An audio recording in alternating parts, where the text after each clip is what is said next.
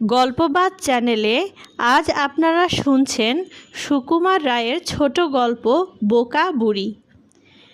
এক দেশে ছিল এক বুড়ি আর এক বুড়ো। বুড়ি ছিল ভীষণ বোকা, আর সে কথাও বলতো বেশি।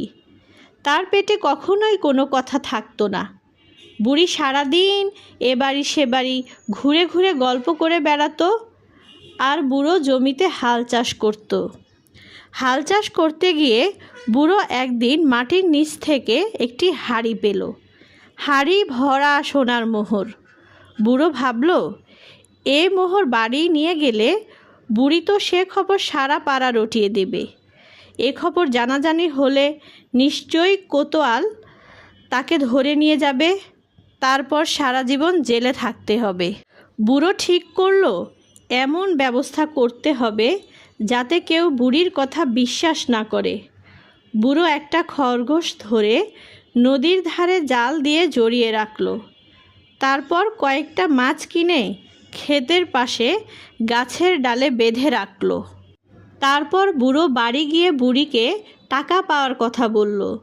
দুজনে চলল টাকা নিয়ে আসতে। বুড়ো বলল, আজকাল নাকি গাছের উপর মাছ পাওয়া যাচ্ছে।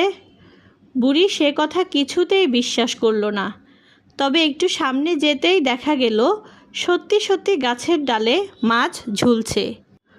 বুড়ো বলল, এর চেয়ে অবাক করা ঘটনা আছে। শুনেছি নদীর জালে নাকি খরগোশ পাওয়া যাচ্ছে। বুড়ি বলল, ধ্যাত, তুমি যে কি বলো না, আমার তো বিশ্বাসই হচ্ছে না। বুড়ো নদীর তীরে এসে জাল ধরে টান দিতেই দেখা গেল জালে একটা খরগোশ ধরা পড়েছে। এরপর বুড়ো বুড়িকে মোহর ভরা হাঁড়ি দেখালো। বুড়ি আনন্দে আটখানা হয়ে গেল। পরদিন সকালেই বুড়ি সে খবর ছড়িয়ে দিল পাড়ায়। এঘর সে ঘর হয়ে খবর ছড়িয়ে পড়ল পুরো এলাকায়। বুড়ি সবাইকে বলল, কাউকে বলো না যেন, আমরা এক হাঁড়ি সোনার মোহর পেয়েছি। একান ওকান হতে হতে খবর চলে গেল কোতোয়ালের কানেও। শেষে পেয়াদা এসে হাজির হলো বুড়োর বাড়ি। বুড়োকে বেঁধে নিয়ে চলল কোতোয়ালের কাছে। কোতোয়াল বলল, বুড়ো, তুমি নাকি এক হাঁড়ি সোনার মোহর পেয়েছ। এ কথা শুনে বুড়ো যেন আকাশ থেকে পড়ল। আমি আবার সোনার মোহর পেলাম কোথায়? কোতোয়াল বলল, সে কথা তো তোমার বউ বলছে। বুড়ো বলল, ওর কথা বিশ্বাস করো না হুজুর। ওর কি মাথা ঠিক আছে?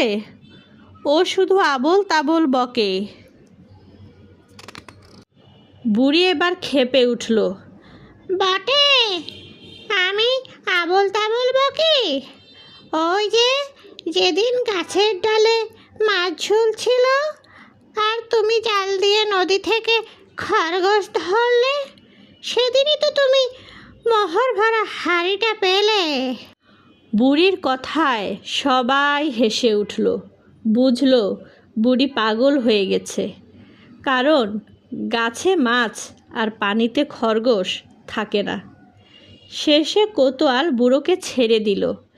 এরপর বোকা বুড়ি যতই মানুষকে টাকা পাওয়ার কথা বলতো, তার কথা আর কেউ বিশ্বাস করতো না। বুড়ো আসলে এটাই চেয়েছিল।